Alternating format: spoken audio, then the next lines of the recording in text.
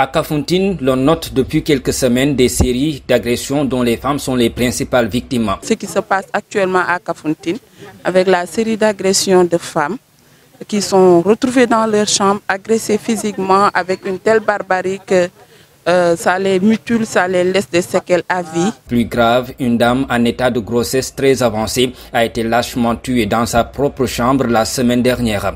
Une situation que déplore le centre Koulimaro. On présente nos familles à la 13e victime qui est malheureusement décédée. Ces actes barbares viennent allonger la liste des femmes victimes de violences dans la région sud du pays. Le centre est ouvert depuis 2015. Et à ce jour, nous sommes à 302 femmes et filles qui ont été prises en charge ici. Mis en place par la plateforme des femmes pour la paix en Casamance, le centre Koulimaro est aidé par le Fonds des Nations Unies pour la population dans la prise en charge des femmes victimes de toutes sortes de violences. Nous avons des acteurs qui prennent en charge des survivantes, souvent des femmes très jeunes, qui ont subi différentes sortes de violences. Le directeur régional de l'UNFPI s'est engagé lors d'une visite à Ziguinchor à poursuivre ses actions au grand bonheur des femmes victimes de violences.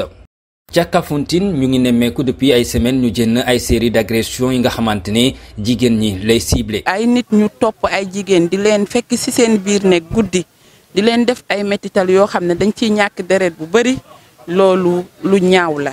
lu ci gën a garaaw mooy ab jigéen bi nga xamante ne dafa woon lor la ñu faat ci anam bu jiggi dayoo lor te biir néegam semaine bi ñu jënn situation bi centre Koulimaro di ko ñaawlu. ñuy dem ba ci diggante ñetti weer yi dénombré nañ ci fukk ak ñaar fukkeel ak ñetteel bi moom dañ ko fekk ci néegam mu faatu ay doomam a ngi woon ci néeg bi ba pare moom jigéen wérul la woon loolu salte ak ñaawteef mënu romb loo. yile acte barbare ñëw allongé liste bu jigéen yi nga xamante ne ay victimes de violence lañu ci bëtu Saalum réew mi. situation bi ci dëkk bi nag moom ñun ñëpp a tiit duñ ko nëbb bu ñu nee métital yi dafa wàññeeku ñoo ngi wax lu ñu neex. plateforme des femmes pour la paix en Casamance taxawal ko centre Koulimaro mu ngi jot ndimbal bu tukkee ci Fonds des Nations Unies pour la population ci lu ñeel prise en charge bu jigéen yi nga xamante ne ay victimes de violence lañu. Nous avons des acteurs qui prennent en charge des survivantes. directeur régional bu UNFPI daan na jël ab engagement ci ab tukki nemmeeku bu mu amal ca Ziguinchor wéyal taxawaayam